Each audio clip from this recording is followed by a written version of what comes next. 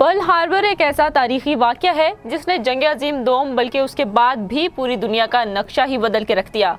ये वाक़या क्यों पेश आया, इसकी वजूहात क्या थी, कब पेश आया और मुस्तकबिल पर इसका क्या असर पड़ा, इसी हवाले से बताने की कोशिश करेंगे आपको आज की वीडियो में।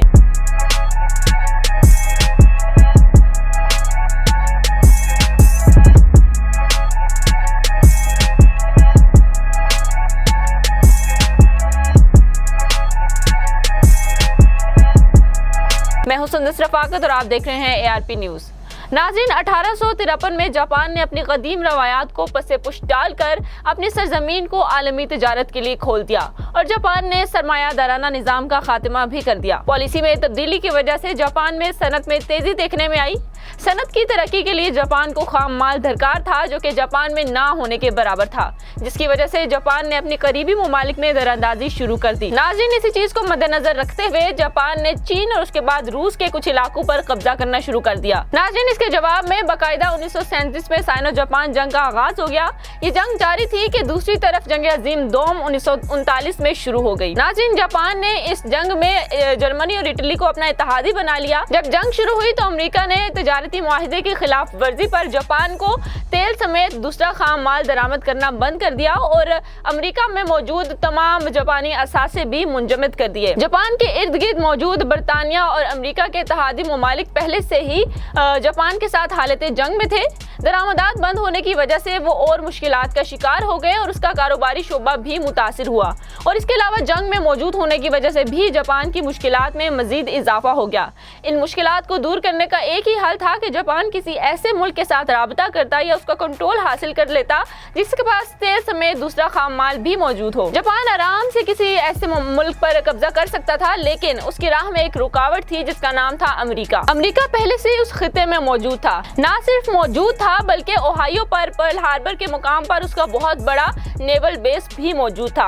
अगर उस वक्त में जो है वो जापान किसी ऐसे मुल्क पर कब्जा करता जो कि अमेरिका का इत्तेहादी था, तो अमेरिका उसी नेवल बेस के जरिए जापान के ऊपर हमला आवर हो जाता, जिसका जापान ने फैसला किया था कि अगर किसी मुल्क पर कब्जा करना है या अपनी बात मनवानी है तो उस नेवल बेस को तबाह करना होगा। जब ये फैसला किया जा रहा था तो कुछ जापानी कमांडर्स ने इसकी खिलाफ वर्जी की और कहा कि अमेरिका इस वक्त बहुत ताकतवर है तो हमें अमेरिका से नहीं टकराना चाहिए। इसके अलावा जंग की सूरत में भी बहुत ज्यादा नुकसान उठाना पड़ सकता है, लेकिन जापानी कमांडर्स ने हमला करने का फैसला कर लिया। हमले के हवाले से उनको एक मसला परेशान किए हुए था जो कि था कि पर्ल हार्बर जापान से 400 मील के फासले पर बहरल काहल के दरमियान वाक़ था, जो कि बहुत ज्यादा दूर था, उसका फासला बहुत ज्यादा हो रहा था। दूसरा ये कि गहराई कम होने की वजह से बहरी हमला नहीं किया जा सकता था, जिसकी वजह से जापान ने फैसला किया कि वो फजाई हमला करे। इस हमले को इतना खुफिया रखा गया कि इसमें साथ रवाना होने वाले पायलट्स को भी टारगेट से लाइल्म रखा गया। जापान ने इस हमले को 3 हिस्सों में तकसीम किया।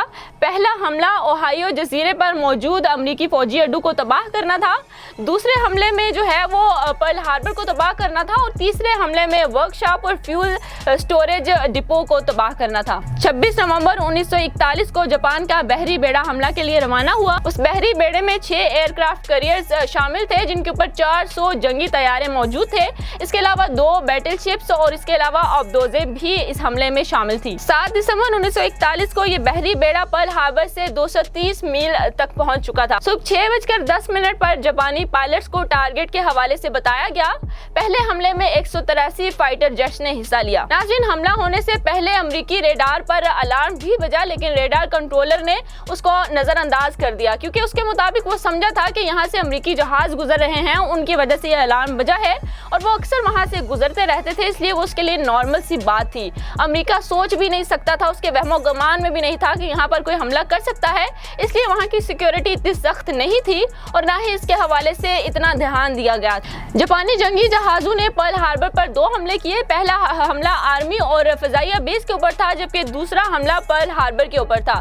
शुरू में तो अमेरिका इन हमलों का सामना ना कर सका, लेकिन जब हालात की कुछ समझ आई तो अमेरिका ने अपनी बैटलशिप्स के जरिए जापानी जंगी जहाजों के ऊपर हमला कर दिया और फिर जापानी जंगी जहाज वापस चले गए और जापान के नेवल चीफ ने तीसरे हमले को मनसूख कर दिया। पर्ल हार्बर में इस हमले के बाद 188 अमेरिकी जंगी तैयारे, उसके अलावा मेन बैटलशिप्स जो हैं वो मुकम्मल तौर पर तबाह हो गई। इस हमले में 2300 के करीब फौजी हलाक हुए और 1100 के करीब शदीद जख्मी हो गए। मुकाबले में जापान के 29 जहाज 5 आबदोज़े और 60 फौजी भी हलाक हुए।